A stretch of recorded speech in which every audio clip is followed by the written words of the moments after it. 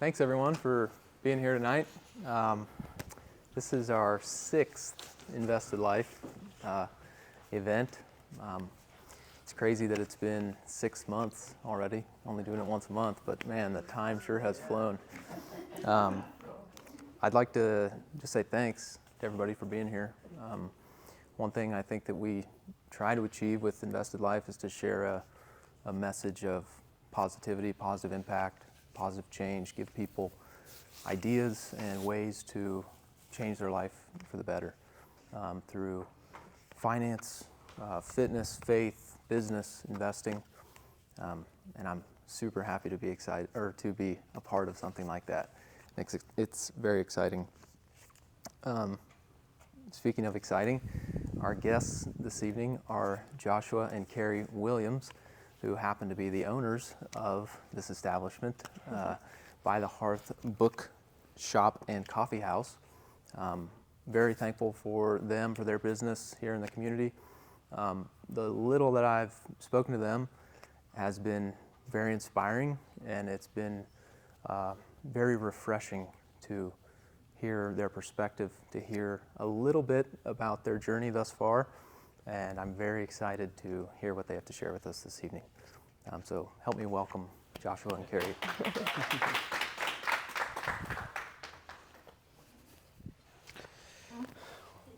Well, thank you guys for inviting us here and to, I guess, our space, inviting us to our space, but yeah.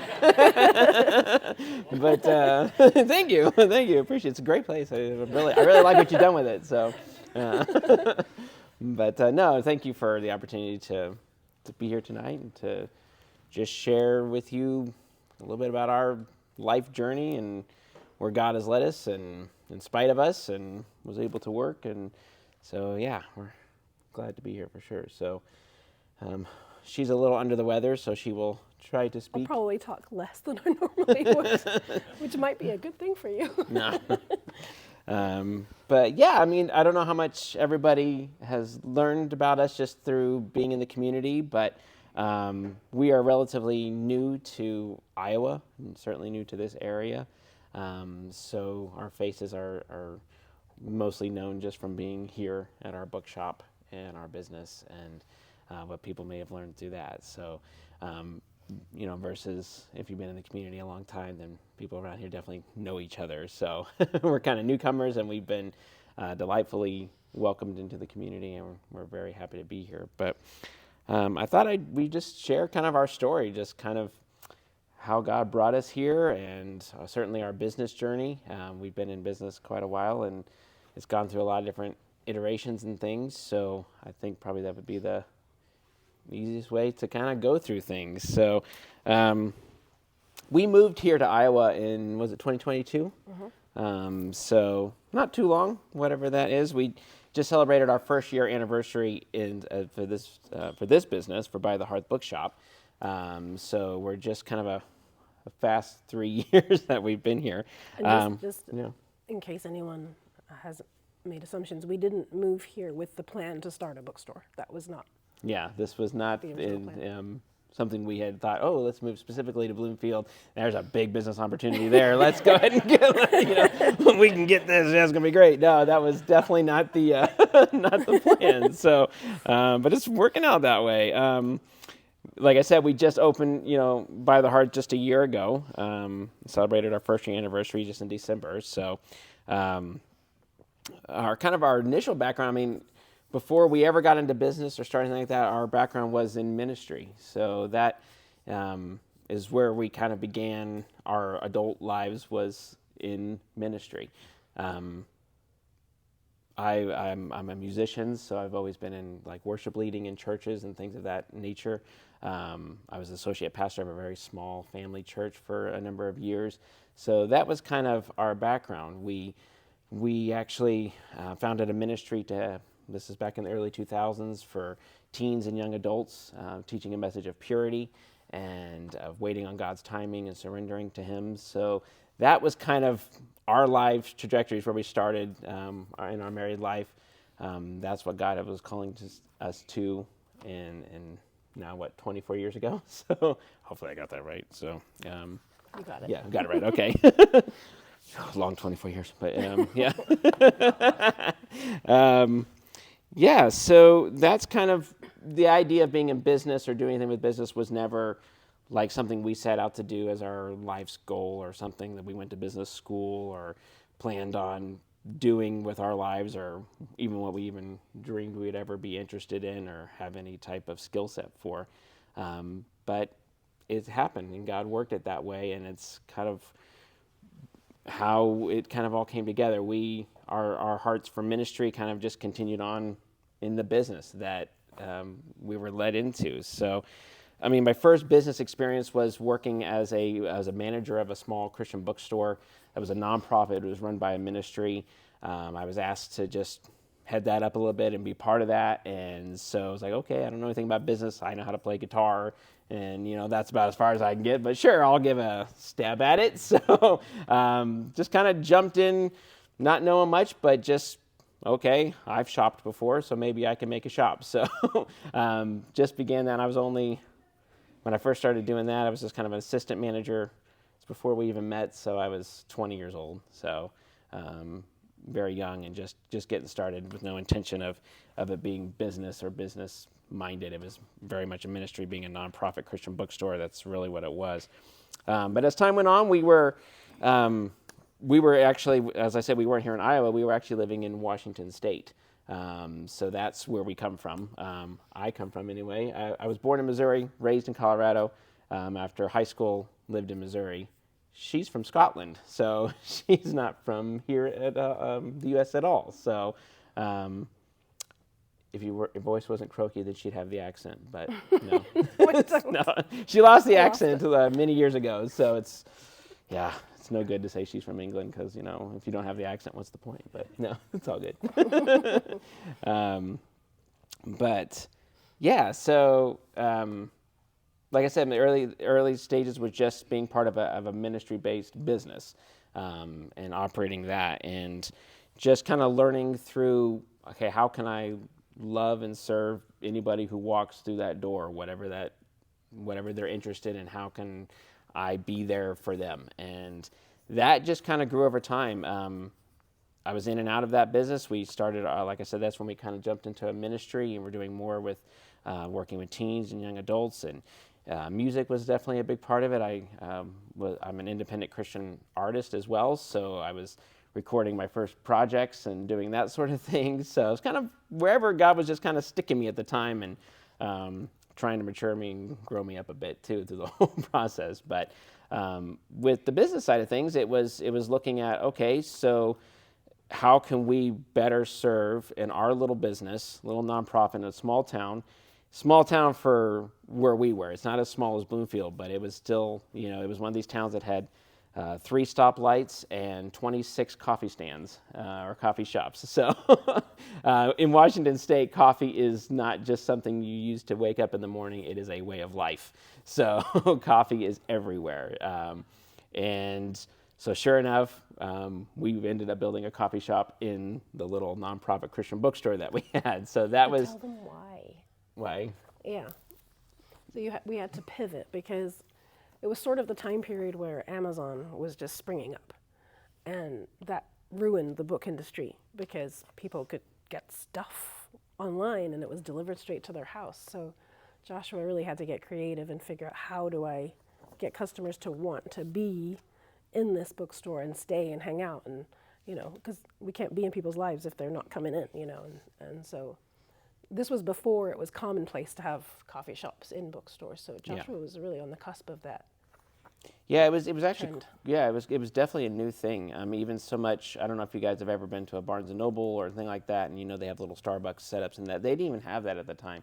That was brand new. In fact, one of their executive persons gave me a call and said, "Hey, I want to meet with you because we found you as a bookstore, a little Christian bookstore in a little mountain town that happens to have a coffee stand in it. We want to pick your brain about it." So I'm like, okay, sure, I'll tell you, So, I pretended to know what I was talking about and sat down with them and said, yeah, it's just a great thing. They come in and they stick around. But don't you want them to leave? Don't you want them to go in and out? It's like, no, it's a bookstore. You want them to stay, and shop and enjoy the environment. Like, oh yeah, that's a good idea. So not that I'm taking credit for Barnes and Noble's success of that, but they did go on obviously to establish a lot of actually Starbucks affiliates within their shops. So. Still get royalty off every Oh yeah, absolutely. Starbucks is very beholden to me on that one. Yeah. No, but yeah. So it was new, and it was just the idea of actually making a space that people enjoy being in and being a part of and sticking around was actually a new concept. If you think when you shop at a Walmart or other places, that the idea is to get you in and out as fast as possible, to turn as many people as you can. Even Starbucks itself has, they hardly have places to sit anymore. If they are, they're kind of hard stools. McDonald's has changed their demographic. If you've been into McDonald's recently, they're cold. They're not designed to be comfy anymore. That's intentional. They do their math and they realize we're fast food. So we want the people to come in as fast as possible and leave as fast as possible because it is a smart business move if you're trying to crank out those kind of burgers.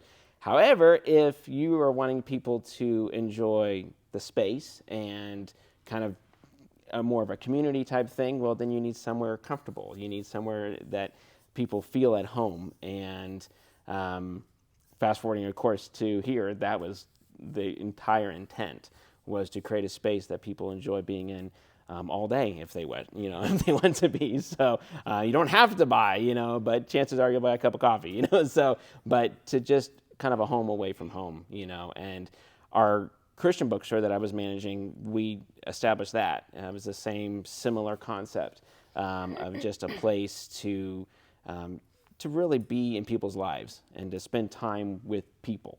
And books or coffee or whatever, it didn't matter. It was a segue really to just be with people. And that, it worked. That was a town that had many issues beyond that. It wasn't quite as tight-knit as Bloomfield and other surrounding communities out here. So you were dealing with a lot of different challenges out there. But so that was an experience. I learned a lot through experimenting and learning how do you actually make a space that people enjoy, and learning the skills of being able to open up in conversation and move beyond just a sale in and out. So, And just from a wife's perspective, one of the things that I sort of saw being revealed in the way God had knit Joshua is that he doesn't do anything halfway. Like if he feels like God's called him to do something, he's going to do it all the way. So it wasn't just setting up a coffee shop. We had book-themed coffees, so we private labeled coffee blends. We made our own brand, because it's not enough just to use somebody else's coffee. We made our own brand, and it was book-themed, and then it was like, well, how can we take this to the entire book industry? And so, tell them the names though. Well, they were Reader's Rose. Well, I don't even remember them. Writer's Digest. Yeah, they were Decaf. everything. It was a private label line, so it was. I found a great coffee roaster. Just happened And to this be. is before he drank coffee. He didn't used to drink. yeah, I didn't even like coffee. It was like, ugh, no thanks.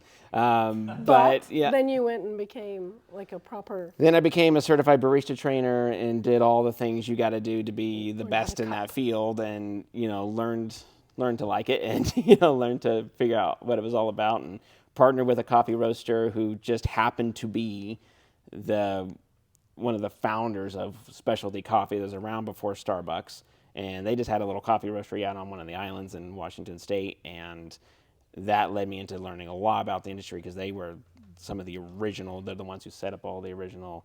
They were the owners of Seattle's Best Coffee, or partners with it. They just, so God kind of just directed us into places where we could learn a lot very quickly. Versus sometimes another things it just takes longer to learn, and you got to figure out who knows what. But we were just kind of led to places that just really work that way. So and at the same time I was involved in the Christian book industry, and so I was learning that industry as well, and a lot about it, and became an industry specialist in that field, and was working with publishers and editors and authors from all over the world. And so just learning from being very young and still thinking I'm a know-it-all at the same time, wearing the suit and tie, looking the executive part, but, not an executive by any stretch of the imagination, but, but at the same time, learning and waiting on God to direct my steps as a young guy trying to figure out how to, move in the world, I guess. But we did, things started, once kind of had that time, things changed, and changed rather rapidly in our lives. The Christian bookstore we were part of, and even the publishing house that I was working part of, they went belly up. This was during the time when Amazon was changing our world drastically, specifically in books.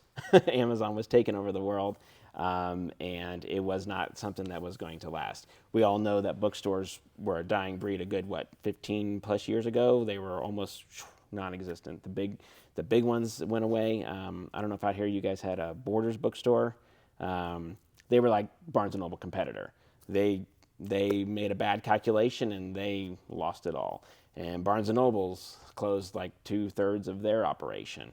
It just so happens this year they're opening 400 new stores, they just announced. So things are coming back. But it's taken 15 years for that to, 10 years at least, for that to finally swing back. So we were there and right on the cutting edge when we were building and seeing success in it, and then Amazon was taking it over.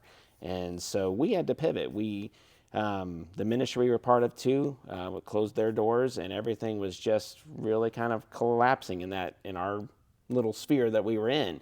And so it came to one day, and I had, in addition to the stuff I was doing in the publishing world and helping run the bookstore and doing the coffee line, had all these different things, I realized that the book-themed coffee line wasn't going to work. There wasn't margins to make that work as far as a business move, and bookstores were going away, so there goes my customer demographic, and it just wasn't going to work.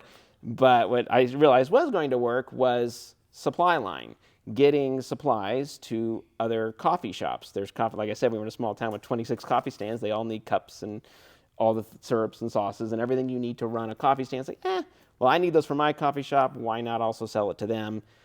I'll start a little distribution line. I was doing it kind of on the side. Yeah, that's what I find interesting about the way God worked it, is you were doing the two things in tandem. Yeah. While I was staying home, starting our family, and feeling sorry for myself that he was working so many hours, he was building this other business.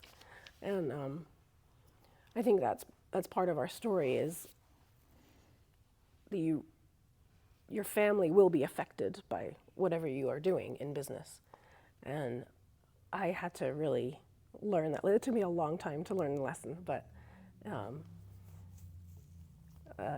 you have to understand that if you know God's calling you to do it, then your family is called to do it too. Like, you're all in it together somehow, because whether they're working in the business or not, it's affecting them, so they have to be on board, kind of thing. Or in our case, I wasn't necessarily on board, but I was dragged along. What we have learned about our personalities is Joshua is very entrepreneurial, as you've probably figured out. I am not.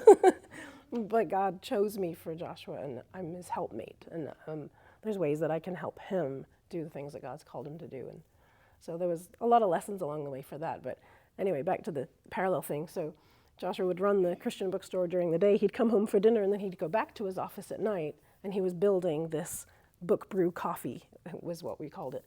And so he was building this business, and he really saw a need, because he could see the margins, since he was buying supplies for his own store. He could see, wow, people are really charging a lot for these supplies. I could resell them cheaper than, there's a lot of margin in there. So he sort of sliced out. Not a lot. There's not a lot of margin, but No, there was some, more than the other stuff. So. But you carved out this redistribution angle. Yeah, no, there was not a lot. 20% was the max you can do in the food world, so it's not a lot of margin. But you have to sell a lot of syrup to make that work. But anyway. Yeah, but it was born out of that heart, just to help other people. Like, I can get this. I can sell it to them cheaper. Yeah, and really, it's like saying I have an entrepreneurial mind. It was never really. I was a musician. I played guitar. I played piano. That's and a heart for ministry. It was more of just, if this is what God's called me to do, then I'm going to do it with all my heart. I'm going to go all the way. I can't do this halfway. If he wants me to do this, then I want to present something to him that is of some value, that isn't just, something I'm doing on the side. It isn't just paying for the bills. It's, who cares about the bills? Let's just go all the way, kind of thing. So that really, I think, is just what God has taught me over the years, is just know if that's what you call you to do, then go all the way. Do everything that he wants you to do, and then be willing for him to pull the plug at any moment too, and say, nope, I want you to do something else, which is the, that's also the fun part of it. So we pivoted. We had to move from ministry, and suddenly what I decided to do, what we looked at is, okay, I can't make it in the book thing, but let's create a company that does the supplies. And I can't be book themed because that's not going to work. So I was like, I need to create a name that sounds like it's been around forever, because I'm going to be one guy with his little car, and I'm going to make this supplies, and I'm going up against huge distribution companies, national trucking companies that do this. And so I was like, okay, Northwest Coffee Supply was going to be our name. And sure enough, as soon as I changed the name and started talking to customers, like, oh yeah, we've heard of you. You guys have been around a long time. Sure, so I just established this. We got some credibility. I'm going to come here and do this. And by the way, that's my personal car. And when you call, I'm both the secretary, the boss, the driver, the expert on the product, and I can come sell to you too. So it's like, and we would get that, especially in the first beginning years. They would call and say, well, didn't you also deliver? Oh, you're what? You're the guy who showed up at 6 a.m, and now you're also the guy answering the phone, and you're also the one buying the. So it was just, it was interesting. But had to wear all the hats and had to work pretty insane hours to do it. But one of the early lessons we discovered was pivoting from ministry, and then now this is a secular business now, 100% at this point. It's just a supply distribution company, and learned really fast that there's not quite the same integrity as we had before. People were willing to lie and cheat their way, in the real world, outside of the ministry world. And it's like, that was a little bit of a wake-up call that, it's not a fair game out there. It's not how it works. So it was looking, okay, how can I run this secular business in a way that still pleases God? And it doesn't have the overarching thing of being a ministry or just having that kind of noble idea behind it. It's just a way to pay the bills. And that's kind of how it happened when we lost the means of income as a industry specialist and all the other things that I did, and all those ministry things and everything went up. I just asked her one day, I said, hey, what do we need every single day to pay the mortgage and the car payments and feed our kids? What's that number? I literally totaled up what are our monthly expenses and what does that look like per day. And so then it was a case of asking God for that daily bread. Like, every day I need to make this much money. It's like, what is the daily bread that we need? Okay, fine. I was like, just start paying me that out of this company that I've created that's never paid us a dime. And we had no money to start out. Yeah. I mean, literally the $180 we put in to start the corporation was all we had. Yeah, we put to fast forward, when we sold this business, after 18 years later, and we're meeting with tax people and stuff like that, like, so what was your initial investment? What was the capital you put into it? Because we said $180, and they're like, what? You sold it for blank capital, which is a big company by then, and you put 180 of your own money into it. Well, you have no write-offs. You're like, capital gains we're taking it all, So it's like, well, okay, but that's how it worked. We had no money to start it. And we had no money when we sold it. No, but not quite. But it's So we learned very quickly, But it was very baby step. Like we paid our $180. And don't even get me started on why we did a C Corp. We don't know why. God watched out for us, and it worked out well in the end. We think. Well, we don't really know.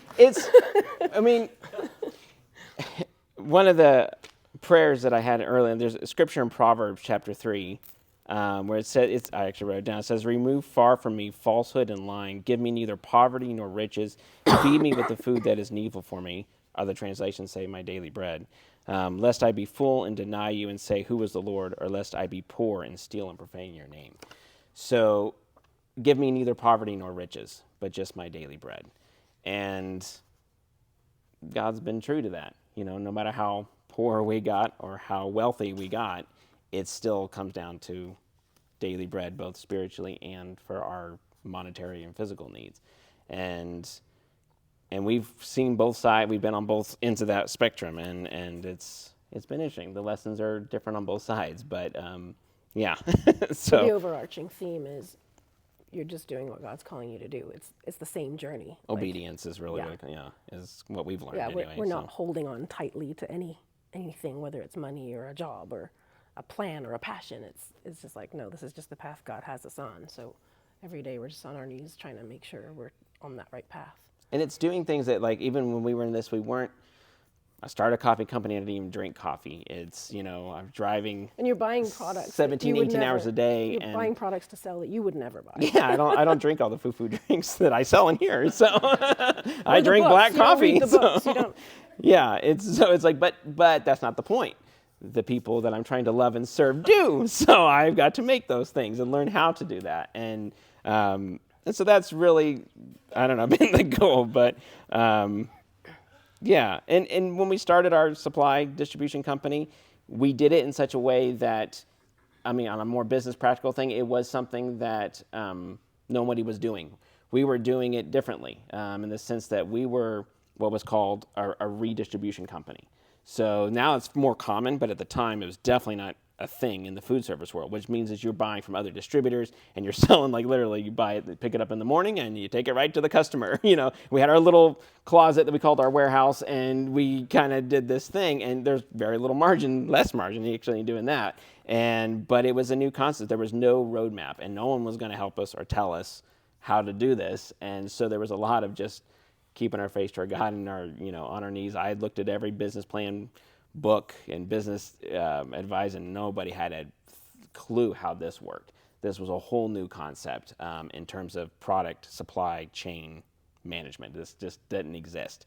So in the way we were doing it, right or wrong, no one, probably because it was wrong, no one's like, I'm not doing that. That's not how it's done. But we were doing it that way. So, but what it meant was a lot of extra hard work.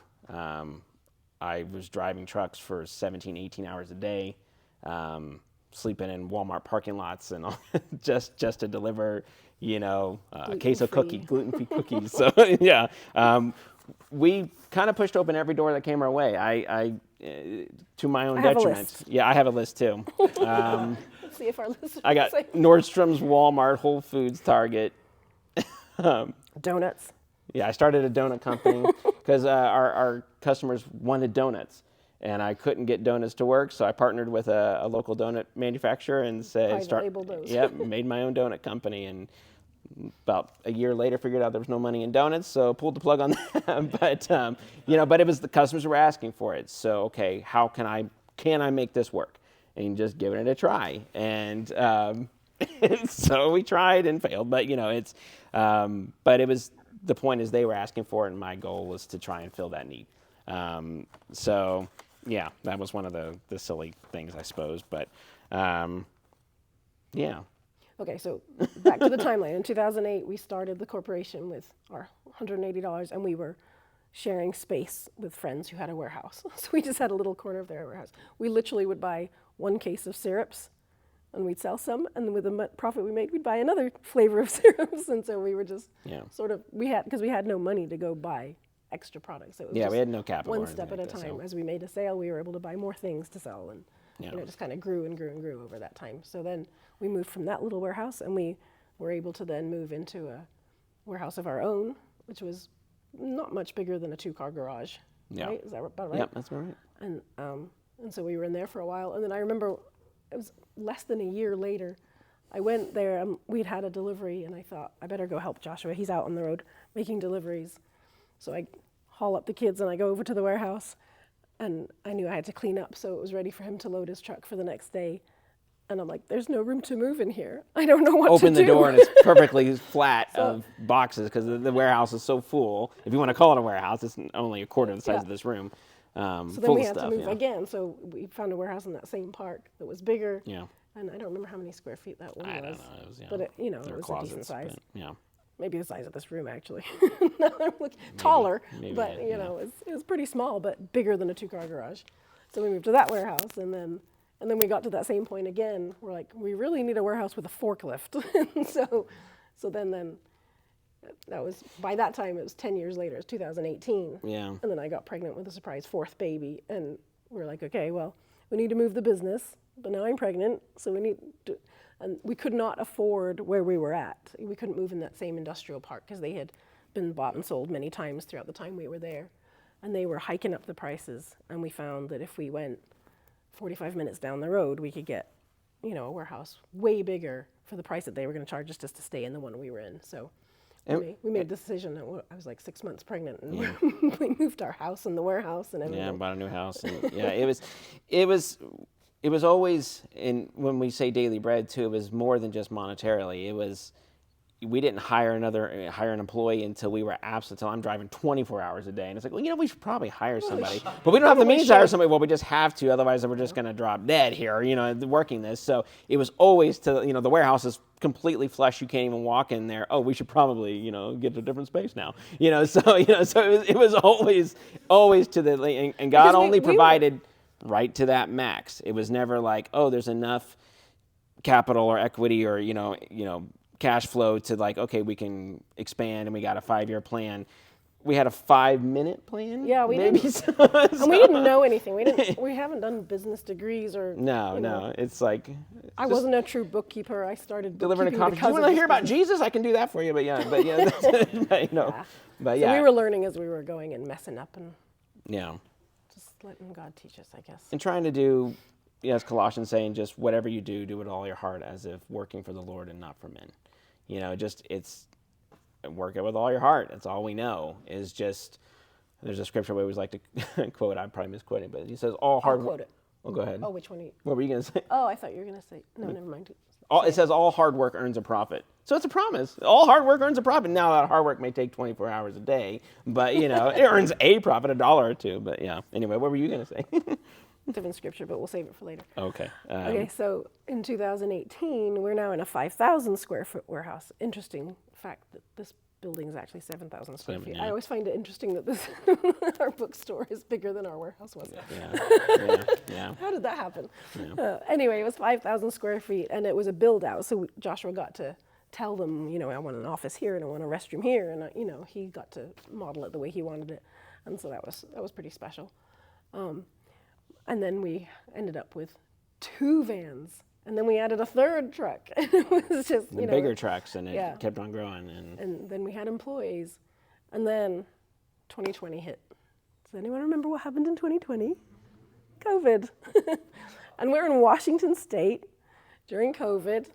The entire state went nuts. The food service industry was shut down. And so we sort of looked at each other and went, well, we're in trouble, because you have a decision to make. Because up to this point, we're not in debt, but we're reliant on the cash flow. And so it was a case of we would go bankrupt, but that's a lot of work. It's a lot of work to go through bankruptcy. So we either work hard to file bankruptcy, or we work hard to keep this company alive.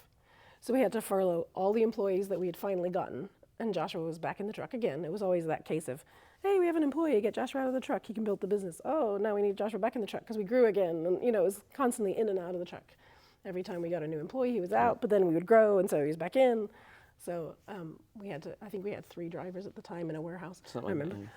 But we had to furlough everybody, and then he was driving every route, and I don't know if you know the geography of where we were at, but we were in the capital of Washington, Olympia, and our routes would go all the way up to the Canadian border and all the way down to Oregon, in Portland, Oregon. So we had this massive route. So the routes were about 350 to 375 miles normally a day. But during COVID, you would literally go to Portland, make deliveries, and then go back up to Seattle and make deliveries in the same day. Yeah. We were doing crazy things, and then I was doing all the other jobs. Yeah. So I had this weird schedule where I'd go to bed at 8 o'clock. I'd sleep until 2. I'd go to the warehouse. I'd load trucks to get them ready for Joshua. Through the night, yeah. Through the night. And then he'd come in and leave, and I'd do the office work, and then I'd go home and homeschool the children and work from home.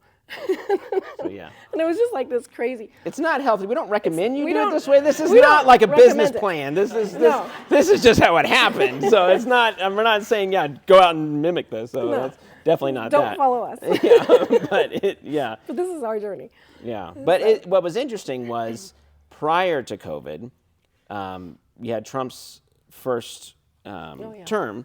And we discovered something very interesting about business. I don't know if you business guys know this, but the economy was doing amazing. He opened up a lot of the economic pipelines, literally, to the U.S., and it expanded. What that did is that actually almost crushed the food service industry because the demand was so high that the supply couldn't keep up. So manufacturers can't keep up. Other distributors can't keep up that we're sourcing through. So everybody's getting cut off. Banks are cutting everybody off. You can't fund your cash flow because you can't get paid fast enough. So it was this weird effect where success was actually worse than failure because it was causing you to go into insane amount of debt just every 30 days trying to maintain that level of success.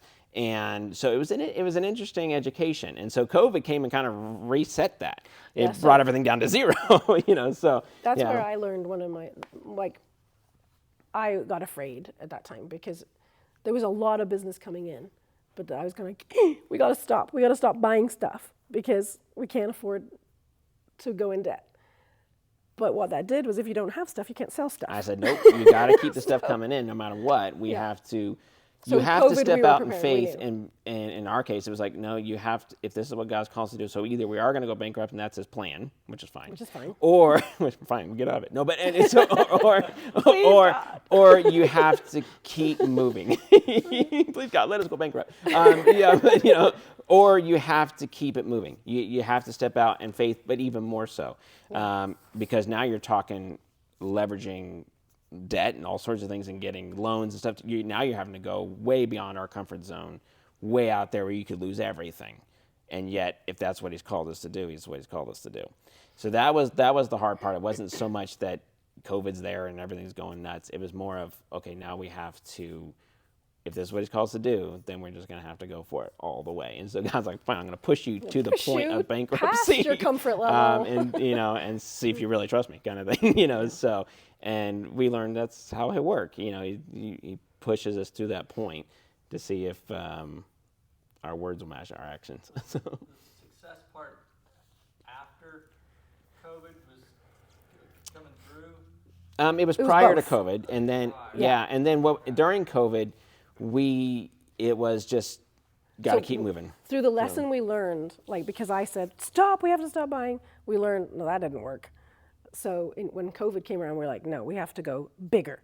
So everybody else shut down their doors and bought into the whole. And out there, they believed it was permanent. They believed it was never coming back. I was it was never going to open again. We will forever be doing takeout.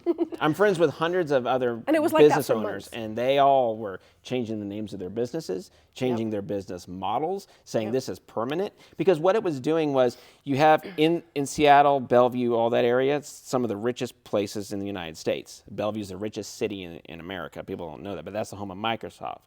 Amazon, that's their headquarters. Facebook's out there, Google's out there. These are their big towers, and so you have thousands of employees that then also come down and work, buy from the restaurants and coffee shops. Well, when suddenly they say everybody work from home, these are whole cities that are ghost towns overnight. And so all the restaurants had to shut down. All the legacy businesses are gone, permanently gone, like closing their doors. The money shifted from these big chain restaurants and coffee shop chains that have 26 plus locations. They go down to 2.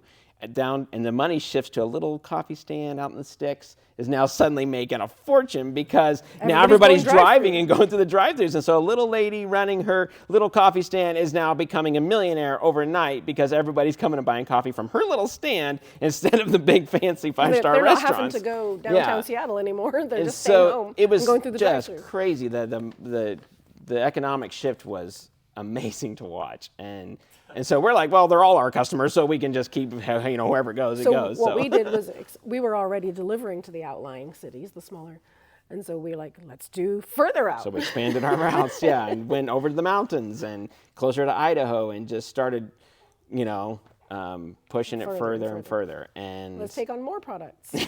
And I considered changing the name of our company and going that route, which would have been disastrous. But at the time, there was the temptation to do that. I'm going to take credit for the fact you didn't do that. Okay. I fought against that. That's fine. I'm always the no in the relationship. But it was like, well, maybe we should go completely food service, because now I'm selling eggs and I'm selling beef, and I'm selling stuff Chicken. like, I'm a coffee supply distribution company, but I have people pounding on my door for, and since I just fill every need that comes through the door and try to make every customer happy, and here I am hauling pallets of eggs around, and oh yeah, we're coffee supply, Northwest Coffee Supply, so it got pretty silly. So it's like, okay, should we change the business model? The answer was no, and that proved to be right, because fast forwarding a little bit after COVID and all that stuff, we got an offer for someone to buy our business.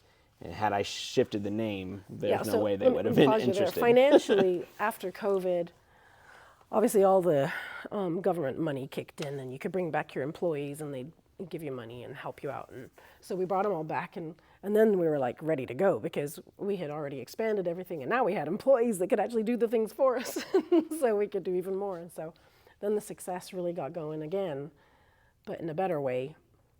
But now we had debt, because we had this government loan and SBA loan and all that stuff.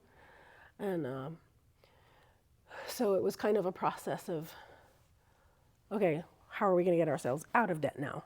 So now we don't just have the regular cash flow business we had before. So I had come up with this 3-year plan, and we started listening to Dave Ramsey. And First time we ever had a plan, but we'd survived without a plan up to now. I guess I was scared enough to need a plan now. And for years you had said, you should listen to Dave Ramsey, and I never wanted to. I hated his phrase, cash is king. No, Jesus is king. Forget cash is not king. I hated that. So I still agree with revolted. that. I revolted against it for a long time. But eventually I'm like, okay, what does he say? Like, I'm going to ignore that. What does he say financially? And so I came up with a plan for us personally to get out of debt. We were in some consumer debt ourselves. And then, so we started working on that. And then I had this 3-year plan. And the plan was, within 3 years, we're obviously leaving it up to the Lord, but our goal would be to either make the business so successful that we can have enough employees we can walk away, or for a day. We hadn't taken a vacation in 18 years, or even had a weekend off in that amount of time. So the idea of like, can we even get, a day, a 3-day weekend? No, that we hadn't even, because even the few times we had tried, you're still working from the road or whatever it is we were trying to do. So we were like, can we ever get to the point where we can actually step away for 24 hours without worrying from the business? And we hadn't gotten there. Yeah, so the plan was either make it so successful that we can step away, or be ready to sell it. And I didn't know who was going to want to buy it, but that was the plan. So we kind of had that in place. And we got ourselves out of debt pretty quickly. Once we had that focus, the whole snowball thing worked really well. And so we got that taken care of. I'm trying to remember, that was 2020. I mean, all the COVID stimulus has helped. I'm like, oh, I know where that's going. It helped a lot of people in that time. We all got that government cash. You're not spending anything. We're paying for it now, but that's another issue. Right. Yeah. So, but, I guess that was 2020 then. So by end of 2020, we were personally out of debt. The business was not, but we were working my plan. And but then in 2021, I think it was February 2021, was when we first got the phone call from. COVID had changed the demographic of the whole country, and what it had done was made so that big tech companies that were rising could just buy up anybody, because people were desperate to sell their businesses and get out of them. Because they're all exhausted. They're exhausted and carrying debt. And we built the businesses, and we weren't alone in this. And so big tech companies were coming along saying, hey, we're buying up entire industries. And that's still the case to this day. And so we got a call from one such startup tech company who was buying up the entire coffee supply distribution world. And they still own it to this day. So they were like, you can either sell or compete. What's your choice? So I'm like, well, we'll sell. Thank you. So thank you very much. So I was like, I'm not going to compete with an apparatus that could care less about coffee supplies, could care less about distribution, but has more capital than the entire industry is actually worth. They're funded more. They could have bought, even to this day, they could buy the industry twice over with their funding that they've received from Wall Street. So I was like, okay, you could just build it yourself. But anyway, that's another, my opinion on that one. But so it just kind of, he called me up and I called her up and I said, well, it's happened. They want to buy us. So we didn't even know they existed prior to them calling us. And so, but what was interesting was prior to them calling us up, I had a customer of mine for several years. He owned a chain of coffee shops. He also owned a coffee roastery. He was one of the founders in the beginning stages of the entire industry. And he had this business that he'd created that for every dollar spent on it, he donated $1 to World Vision, and had raised a lot of capital for them over the years, and to help help all kinds of places all over the world through that partnership. And he said, do you want to buy my company? And I'm like, I can hardly afford to pay for my own. I don't want to buy your company. He's like, well, and then he eventually sold up his coffee shops. Hey, do you want the brand? Do you want the name? And so for whatever. Basically told us to name our price. Yeah, name the price. And I prayed about it a long time. So, okay, maybe I feel like I should buy this company. It has this side to it that he's created. So I bought the company, and it wasn't a good business move. It's not something I should have done if you looked at the numbers in any way. The numbers were all over the place, and yeah, he had kind of an interesting mess going on there. But I really felt like I was supposed to buy it. Well, what was interesting, when they reached out to buy us, the company we had raised through the short time we owned it, over $3 million, we were able to raise to help places, as Ghana, I think specifically. And it just so happened the guy who had the deciding factor whether or not this company was going to buy us or not was from Ghana, and had been, lived in the slums as a child. And so he's like, wait a minute, you have this other business that's done this? And he's like, and I'm like, yeah. And he's like, would we get to have that too? I'm like, if you want to buy it, it's all one corporation. You can have it. And he's like, okay. So then he goes to the top CEO and says, you got to buy this company. Which is really weird, because we were like, once we figured out who else they were buying, we're like, we're the smallest. We're the youngest. We've only been in business less than 20 years. The rest of them are grandfather business, meaning their grandfathers started them, and so they've been around a long time. They're 10 times, 100 times bigger than us. They didn't need to buy us. They could have just crushed us and called it over, right? We were just that small, relatively speaking. So yeah, they could have beat us in no time at all. Yeah, they just 5 trucks, and that's the end of it. But anyway, so so it was really God just working. It was like we weren't attractive on a sheet of like, you should buy this company, but they did know we had a very large customer base. We had a lot of customers, and they trusted us because we gave them that genuine heart and service over the years, and because of that, they realized they don't have that. They're like, okay, well, we can at least capitalize on the fact that you've got all these customers that trust you, and it would take us years to build that kind of trust. So we'll just buy you up and tout your name a little bit. So that paid off in the end, and so they bought us, and that started a whole new chapter in our life. They wanted me to keep. I worked for them for about 8 months as a GM, and watched them destroy my company one step at a time, and it was so painful bad. to watch, because customers were not the goal. Certainly not love for the customers are definitely not the goal, and so yeah, unfortunately they just treated it incorrectly, but it didn't hurt them, because you have enough capital, so it doesn't matter. You can lose as many customers as you want, and you just keep on going. So that's kind of just the way the world turns, but unfortunately. But so I worked for them for about 8 months and realized this isn't where God's called me to be. It would have been a very cushy thing to stay there. Yeah, financially, it would have been. I would have been paid nice. very well. They paying me in stock options that are scheduled to go through the roof. I could have essentially retired there. I'm 42 or whatever it was at the time, and could have had a little office job, and they would have paid me very, very well, and all the vacations we could ever want at that point, because they didn't even have a limit on how many days you could take off. So they were just kind of this. So it was like, okay, I either stay here where it's absolutely, I've reached that point in 4 years. I probably could retire, for sure. And that was where they were. In fact, they would have encouraged me just to retire at that age and leave. Or I could ask God what he wants me to do. And so, there was that. And so it was like, nope, you got to leave. It's like. And spiritually, it was a bad environment too. Some of the training that you had to go through. Very woke company. Because I was very clear with them when they came. They asked, would you want a job? Nope, I do not. I want out. Yeah. So I gave them. What did I say? Like, I'll stay for 3 months and help you like transition that, or something. Yeah. And they did nothing. Like I was like, all my roles obviously bookkeeping was like the biggest one, and they did nothing to sort of understand the bookkeeping of our company. And so then I'm like, okay, well, my time's up, bye. And then they're like, oh, wait. So I had to keep on working, and they had to bring me back on as a subcontractor. But all that to say, I never had to go through any of the training because I was a subcontractor. I wasn't working for them directly. But Joshua had to go through some of the training, and I was like, this is bad stuff. It was at the time when it was at the soul-sucking. peak of that. I mean, it's a company based out of New York, so it has a very liberal bent to it. So it was at the time when all of the, you know, you can kind of fill in the blank everything as far as the training goes and how to work with employees and all this stuff. It was nonsense.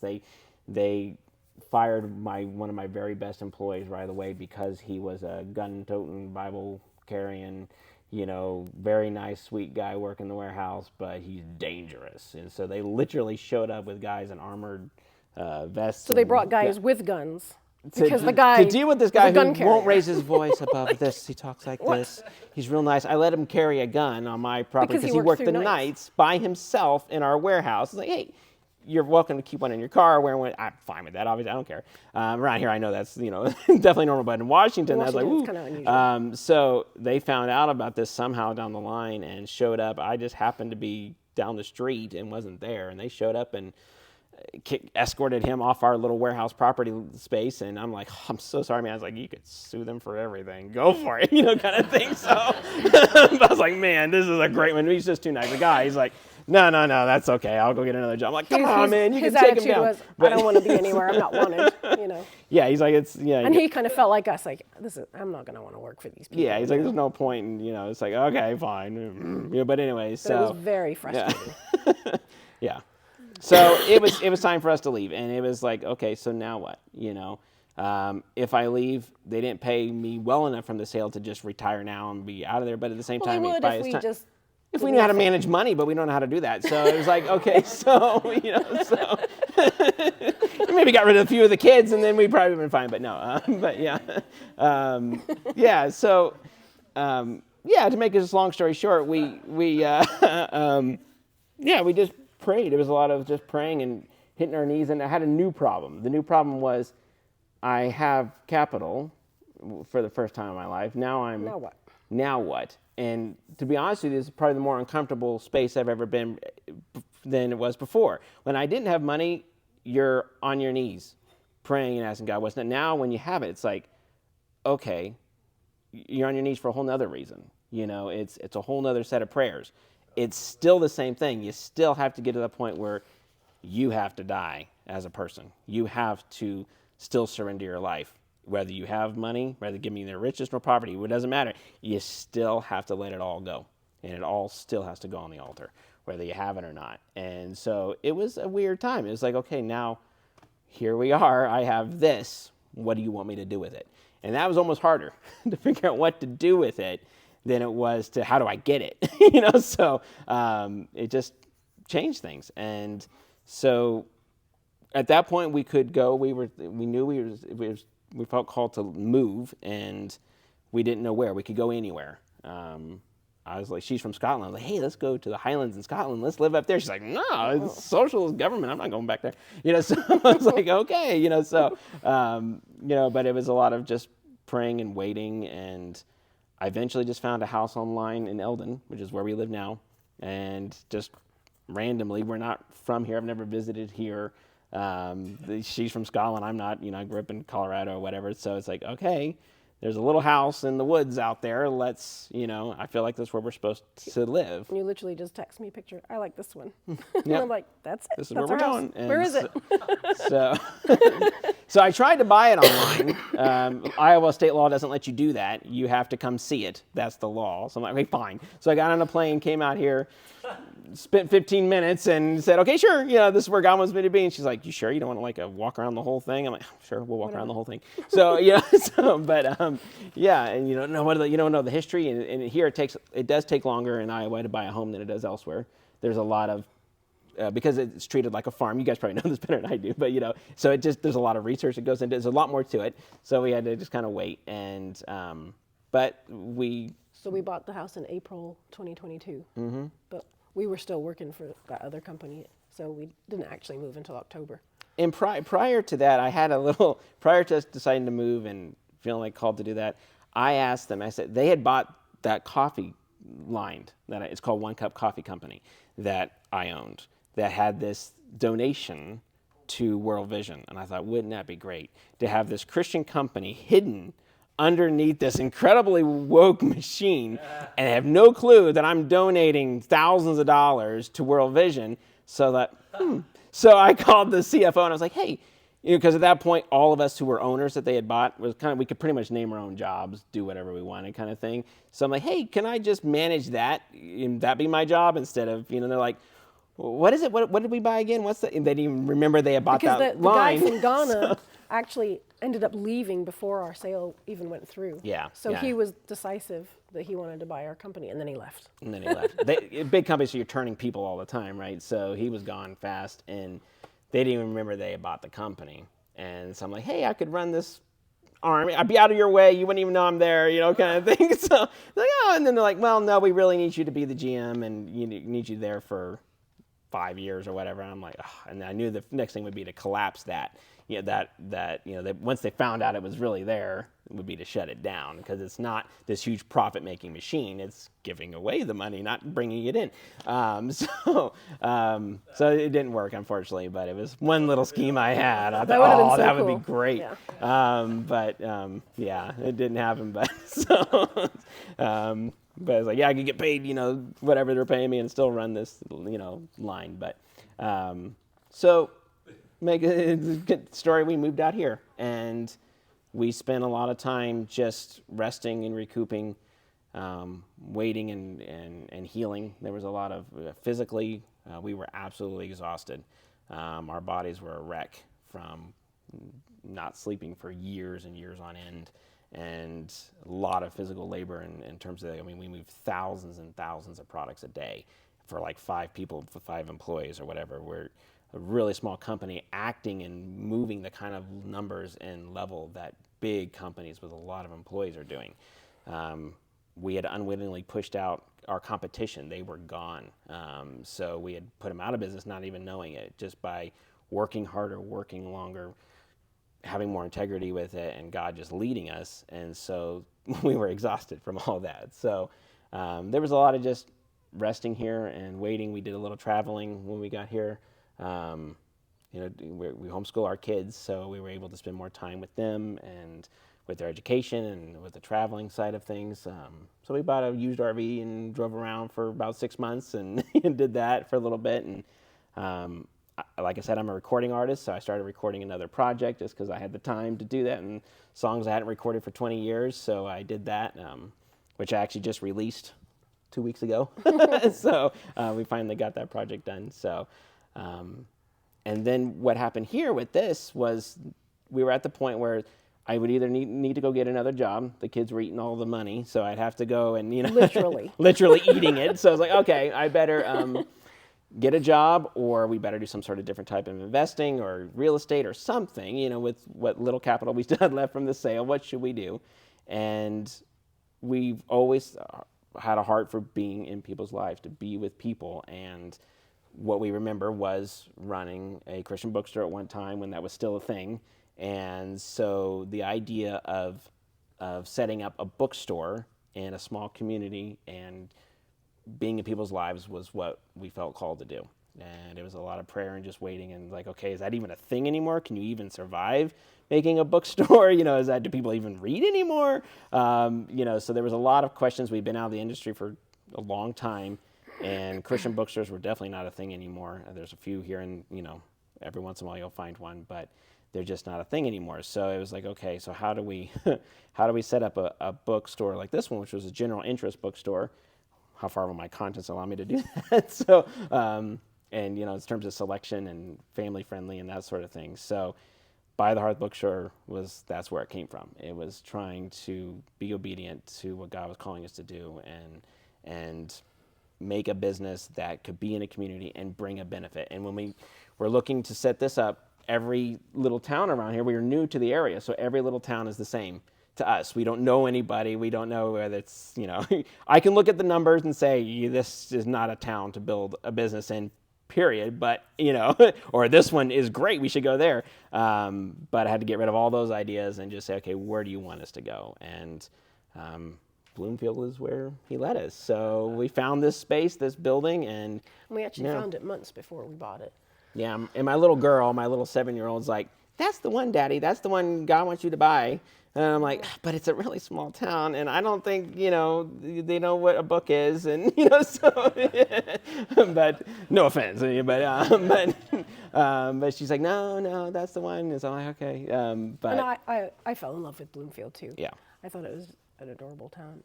yeah, so And it one was, of the things that stood out to us that was different here was that the town was actually trying to grow and trying to work together.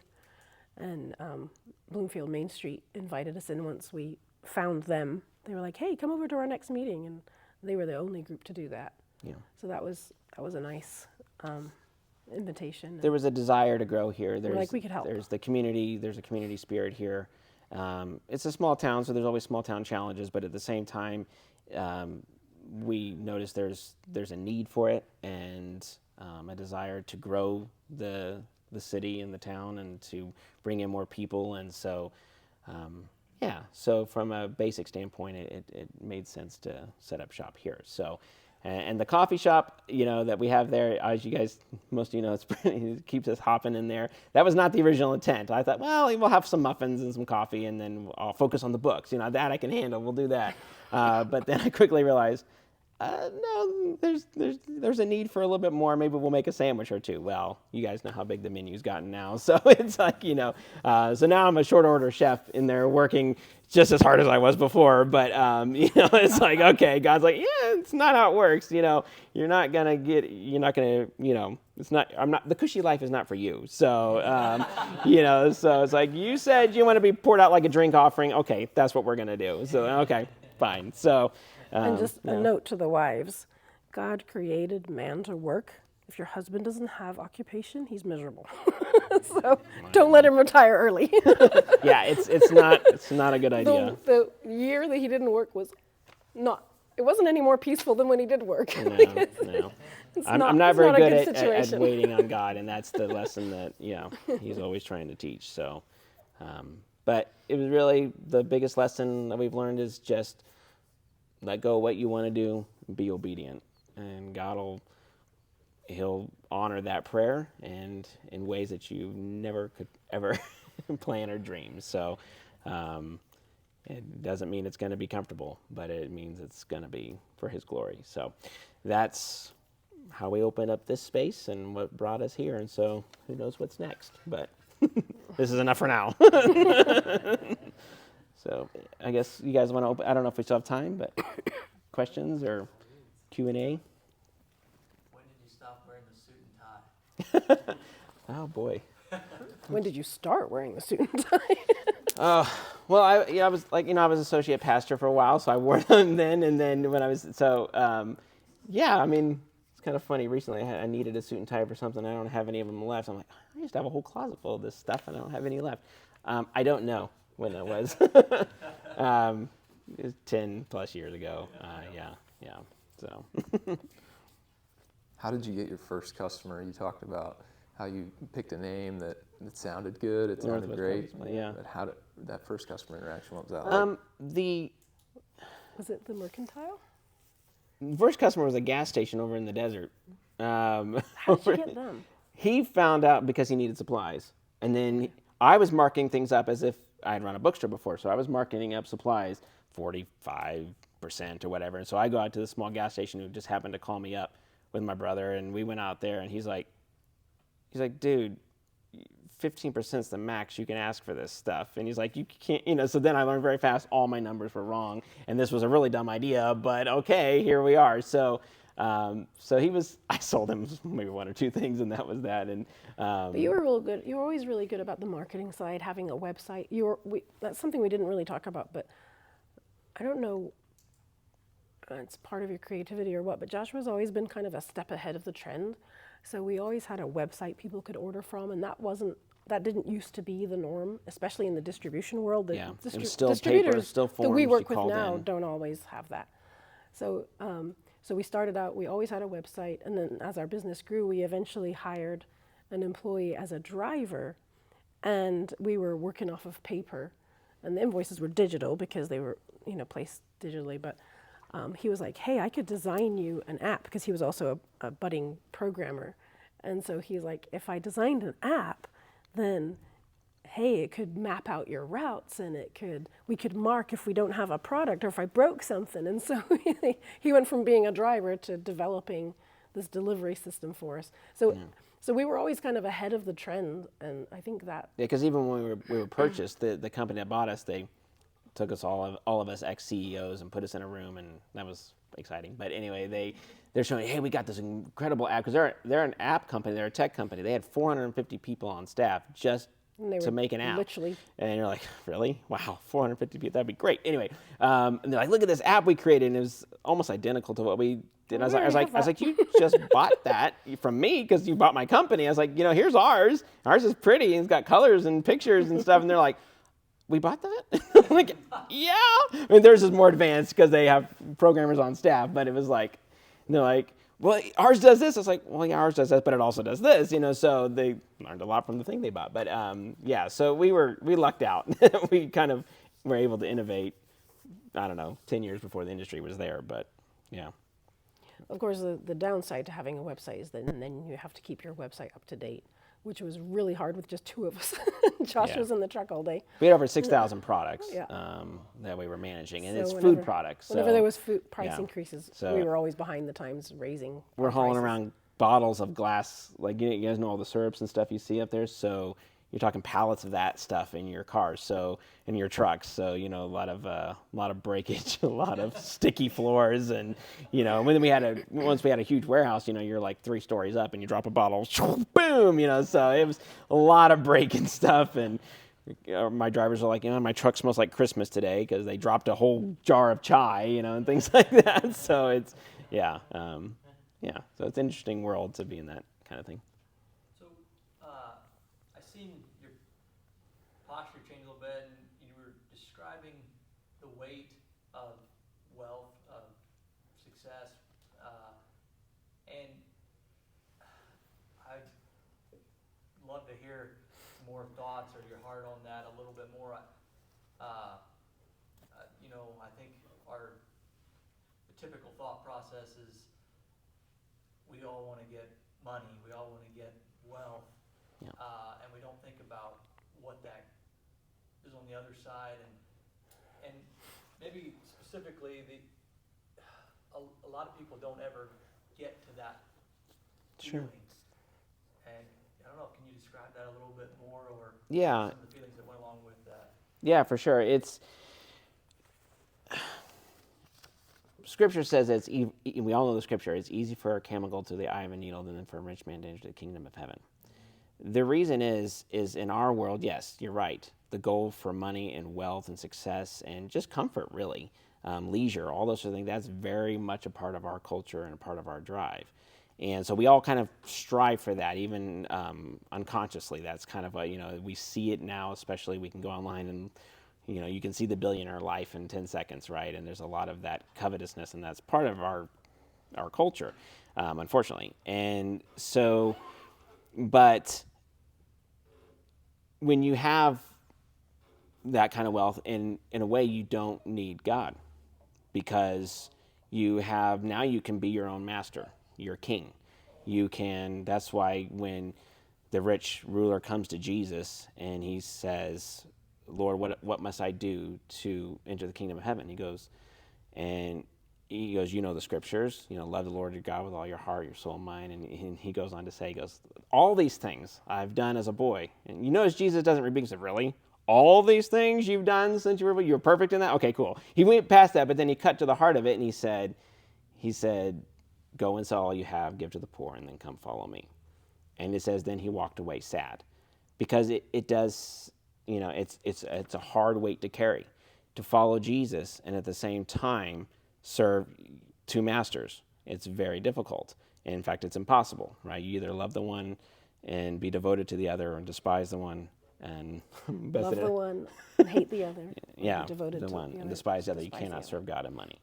And so the feeling is of, I've been given this. It wasn't like I set out to sell the business. It wasn't like I, put it together and found a buyer or anything like that. It was just God made it happen. So God allowed me to, for whatever reason, to have, for a short time, some money. And okay, well, if he gave it to me, then he wants me to do something with it. And that was probably the hardest part. Is, okay, then what is that? It's like, okay, now that I have it, what do you want me to do with it? And then he didn't answer that question right away.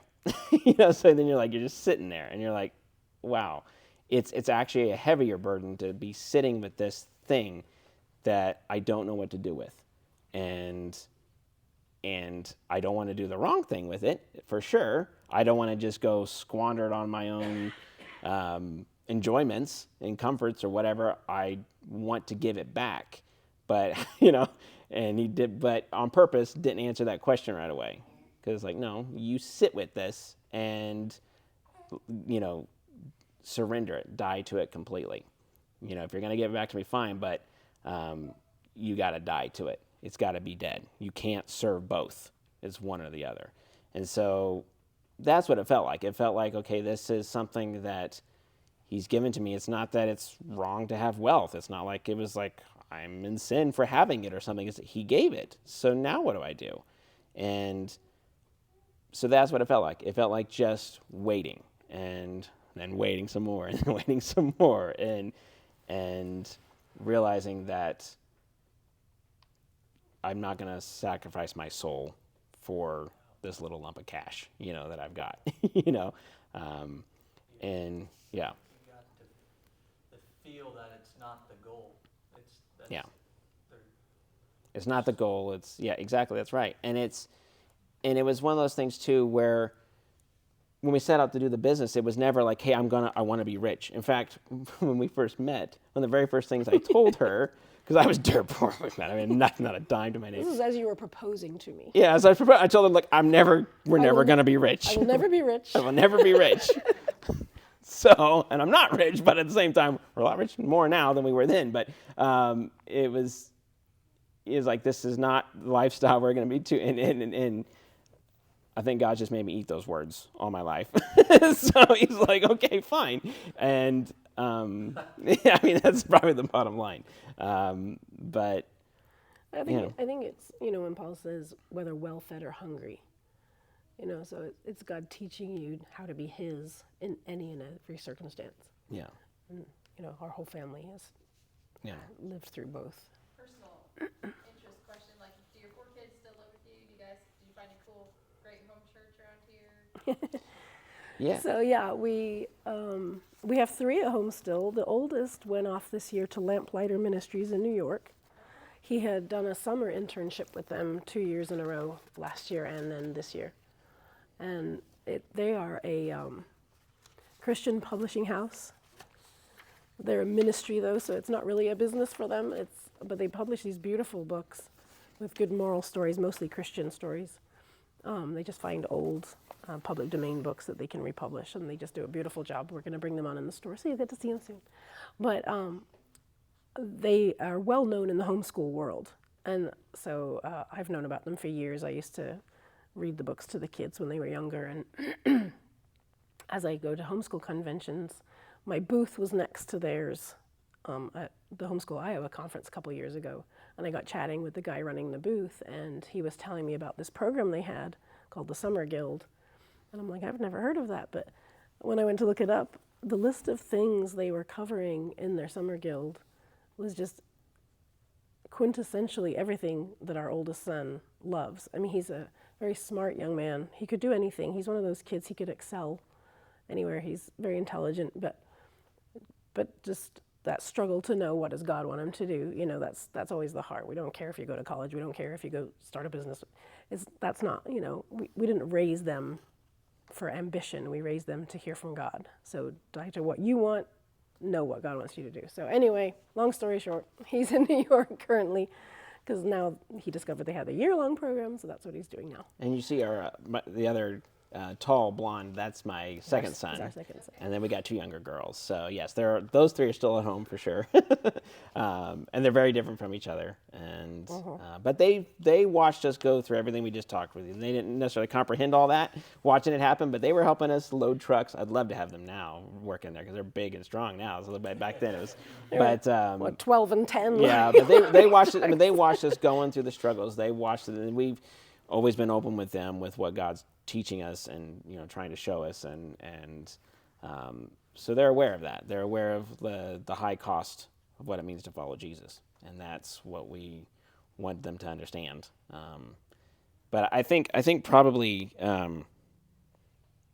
just kind of back to your question. I mean, I wrote down the scripture, but in Matthew 16 it says, "If anyone would come after me, let him deny himself, take up his cross, and follow me. For whoever would save his life will lose it, but whoever loses his life will save it, will find it." So that's really comes down to learning to deny my own desires, my own wishes for success, fears of no success, fear of whatever. Learning to let all those things go, because if I find my life here and I get all the things I want, then I'm gonna lose it. But if I find my treasures in heaven, then that's where my heart will be also. So. Kerry, you did elaborate a little bit about business, family, Yeah. supporting your husband. Wondering if you have any more on that. I have a lot. I figured you did. I sensed the way you felt passionate about what you were saying there, and I assume you're watching Josh grow and struggle and try Yeah. to hear from the Lord as well. Yeah. I don't know, maybe if you had a little. Yeah, no, I'd love to elaborate. I was thinking the same thing. I need to go back to that, especially since we have wives here.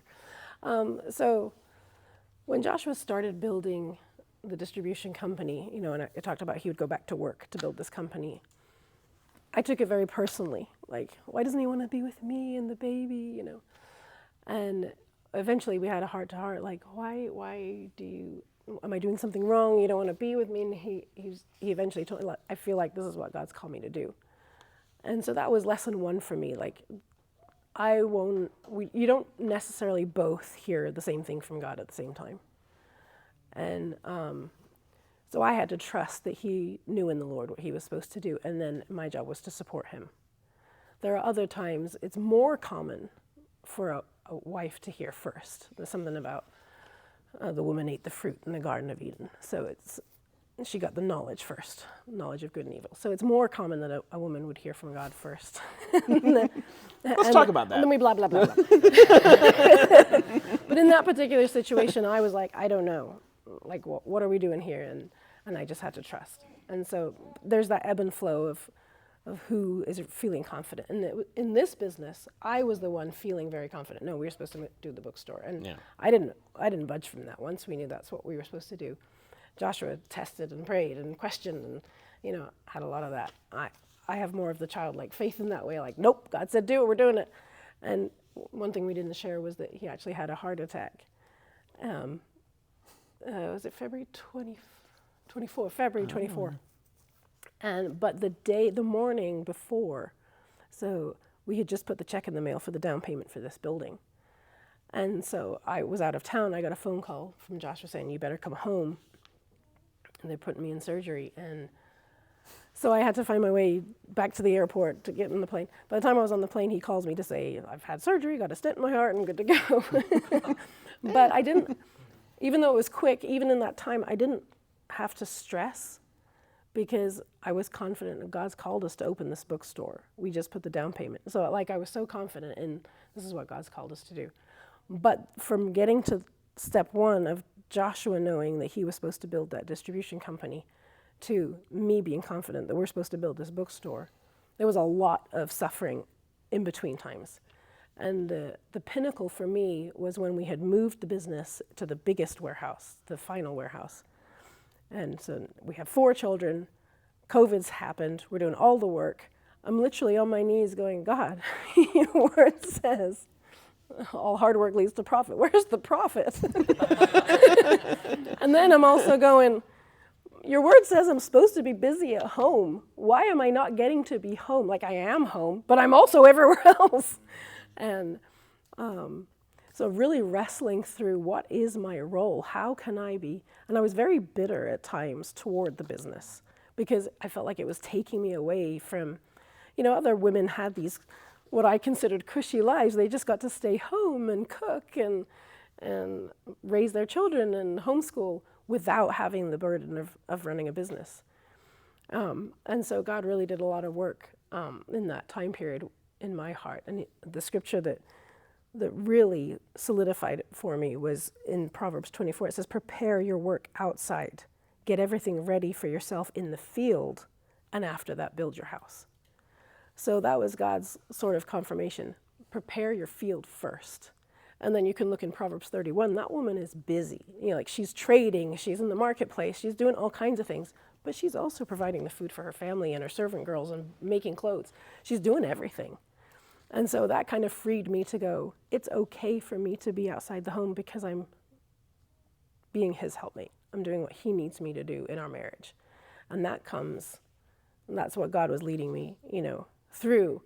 And so the children sort of came along, like they were part of it. That's when my attitude shifted, like this is our ministry.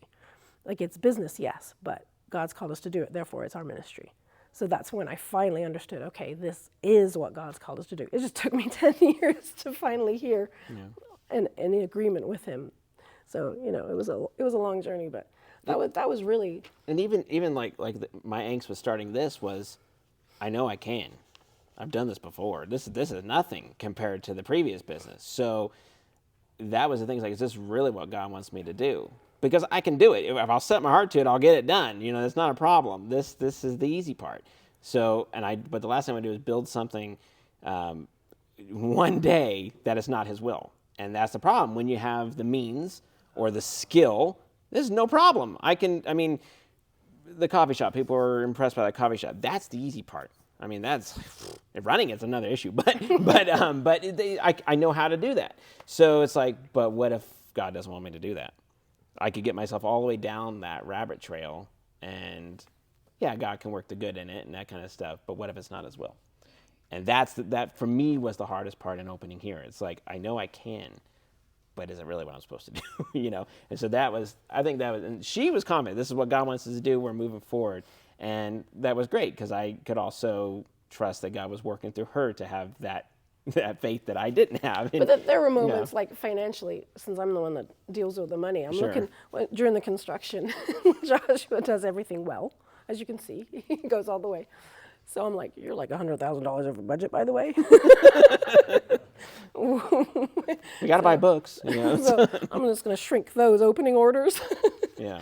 So it's kind of, I had these moments, it's not like I'm, yay, faith, but but it's, we always kind of look at each other. We can't both freak out. One of us has to.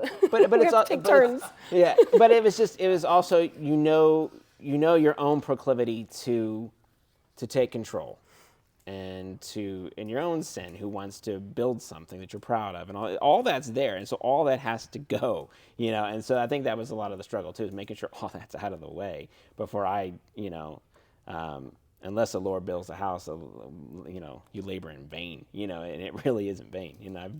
I started a donut company, probably shouldn't have, things like that. There's certain things you just know it's in vain, and so, that's always the challenge, I guess.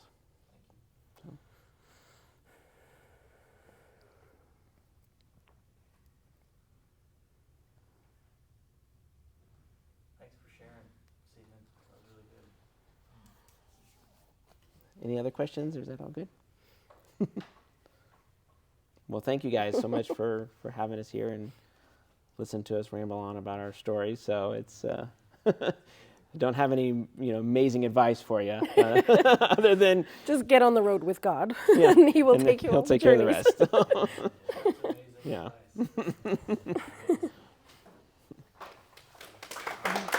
Thank you. Wow. Thank you both. That was everything I thought it would be. That was Yeah, we had chatted a little yesterday evening, and I so desperately wanted to ask more questions. I was like, oh, I'll wait. And I'm glad that I did. Yeah, let me grab my notes here. I had actually more than one takeaway, just the fact that when you're dealing with your customers, more than just a sale. That was sharing love with your customers. I thought that was awesome. And lastly, if it's your calling, go all the way. That's incredible. So thank you again, and thank you everybody for being here. Thanks.